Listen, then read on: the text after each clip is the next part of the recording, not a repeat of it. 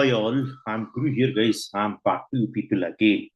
Guys, today I would like to discuss with you people around the 4 years of experience in people on QA. What are the questions they may ask you? And once you are done with an interview, right, how the evaluation will go? On what basis they wanted to decide whether you are going to be in or you have been rejected. Okay, guys, listen carefully. This is the professional way of decision they need to take an interview. Okay, so what are the things they are expecting? If you have the 4 years of experience, they will not ask you the basic questions what you are expecting. They will ask you the testing situation based questions. Situation based questions in the sense, if such situations come to you, what is your action plan? What is your decision? How, what decision you wanted to take? So such kind of questions they are going to ask you while in the interview, if you have 4 years or 5 years or 3+ years of experience.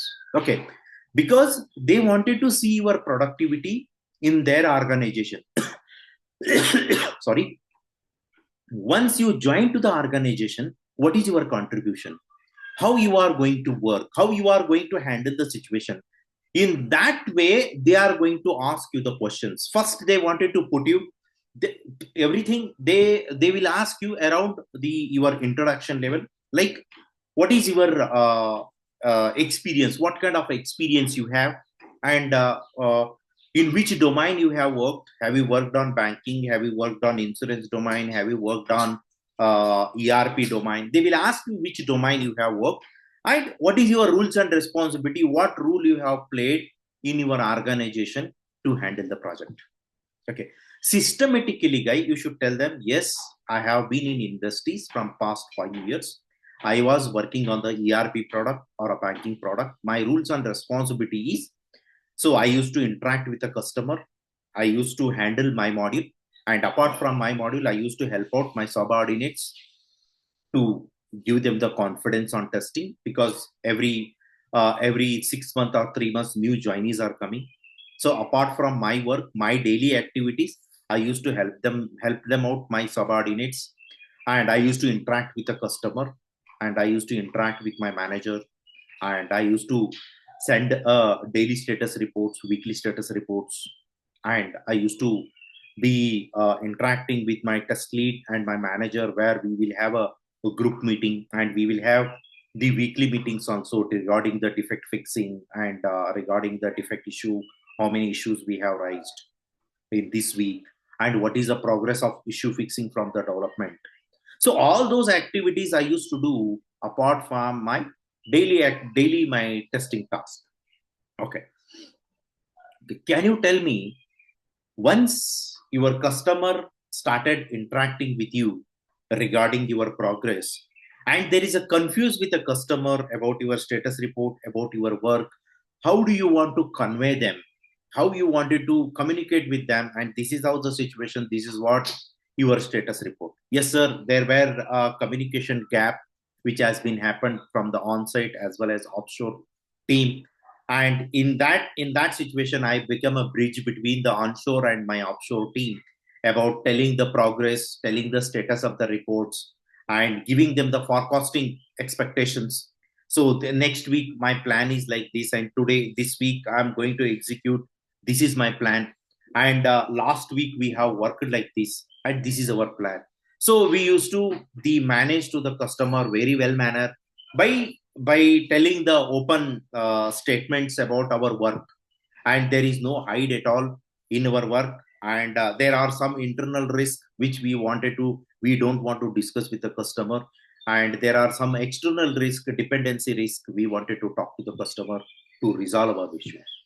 Okay, so can you tell me, in that certain situations, there are customer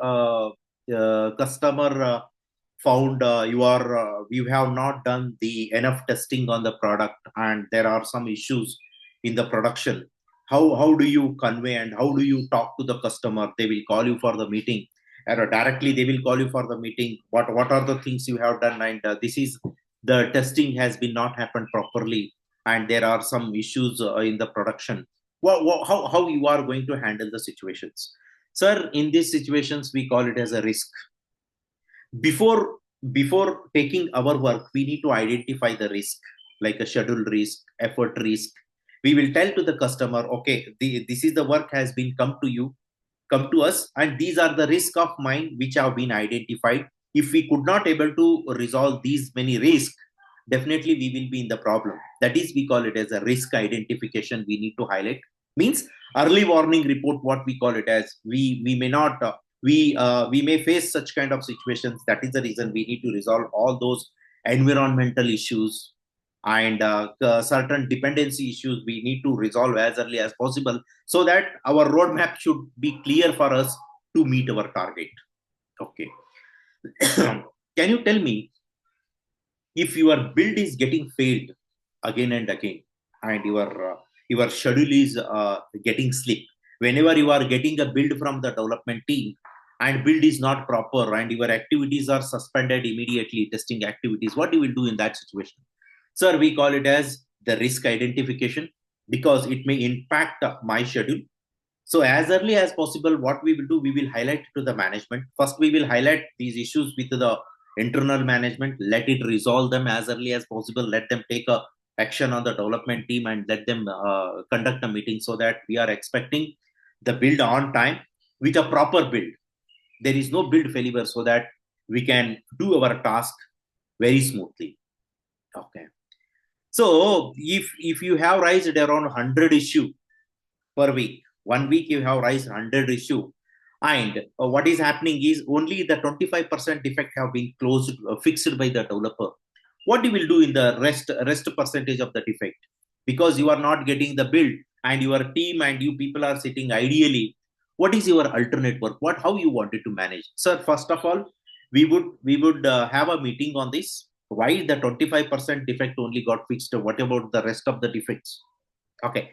So what we will do in that situation? So let them development take a plan, and let them fix the defect as they have a time, and we have a time slots.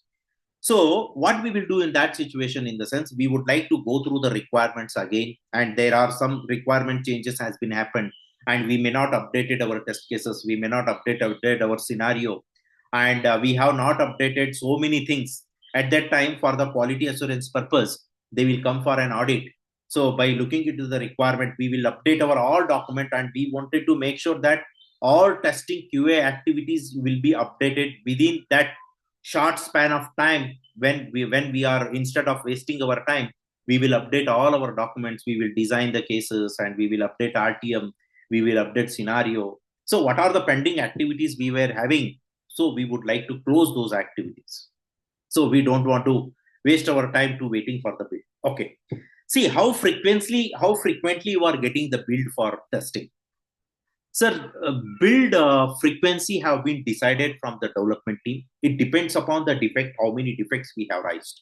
Means if we have raised the less defect, we may expect the defect fixing very fast, and we may get the frequency of the build might be coming, frequency of the build might be more. And if we raise more defect, so getting the frequency of the build for the testing might be delayed. Might be they may take time. That depends on the development team, how soon they are going to fix the defect, and when they are going to release our build for a testing. And before releasing the build, we will have a meeting also, how many defects they have fixed, and they will send us the release notes. We would like to see the release notes, and we would like to start our testing activities, like a build verifications, from smoke testing to functional testing to defect reporting, retesting, regression testing, every activities we would like to do. But before that, we would like to discuss with the development team what is the status of the defect fixing, and how we are going to get the build. Okay. Okay, tell me, on what basis you are going to decide the severity of the defect? How severe your defect is? On what basis you will take a judgment? Okay, this is the defect which is very severe, and this is the defect you wanted to prioritize it. Sir, actually, we would like to, as I know my module functionality very well, and I know what are the major functionality it should get work, because by end user prospects of view, I would like to take the decision on the defect, whether the defect falls under high, severe, and medium and low. And the priority also, if I would like to raise the 15 defect, I would like to prioritize also which one they need to fix first.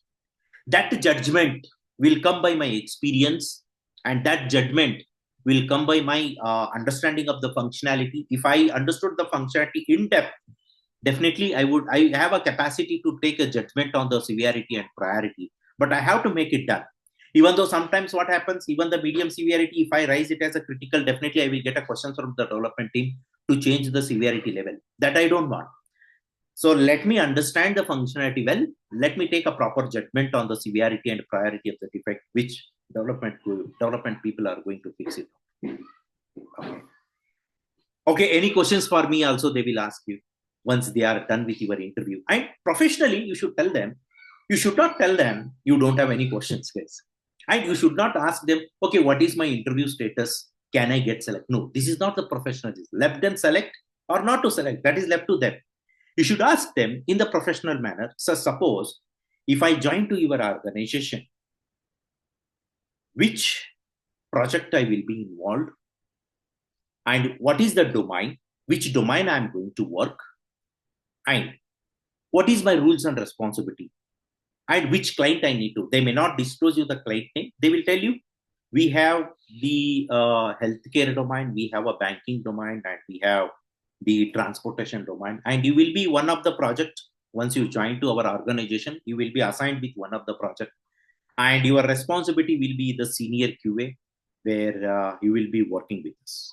Okay.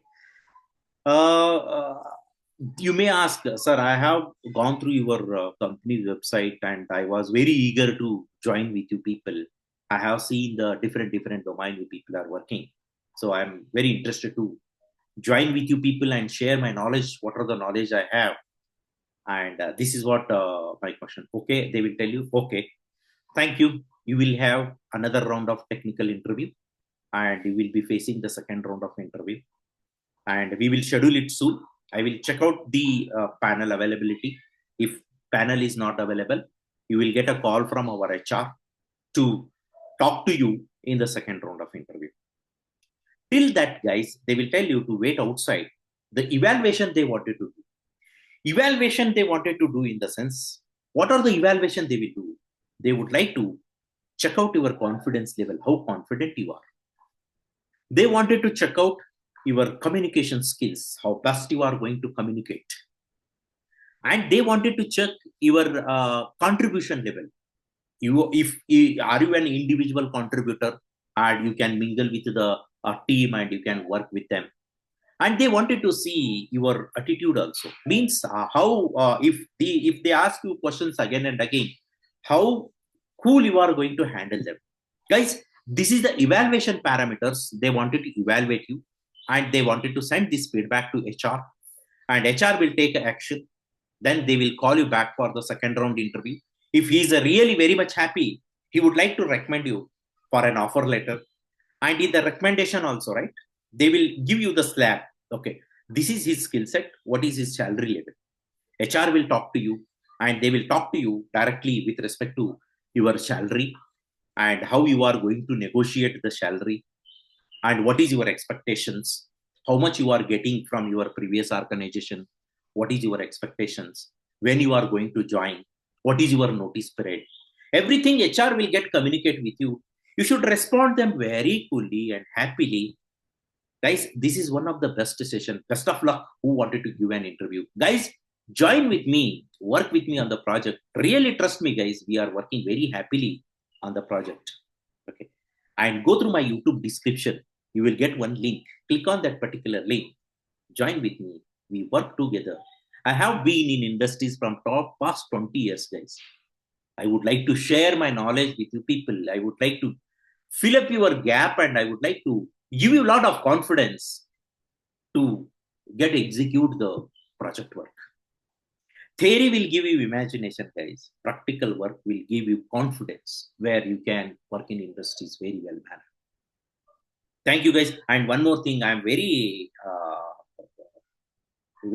thankful to you people. You have listened my video. Guys, do well. Come with me. We hold your hand and we wanted to walk in the QA. Thank you. Thanks a lot. Guru, I will be back with you people.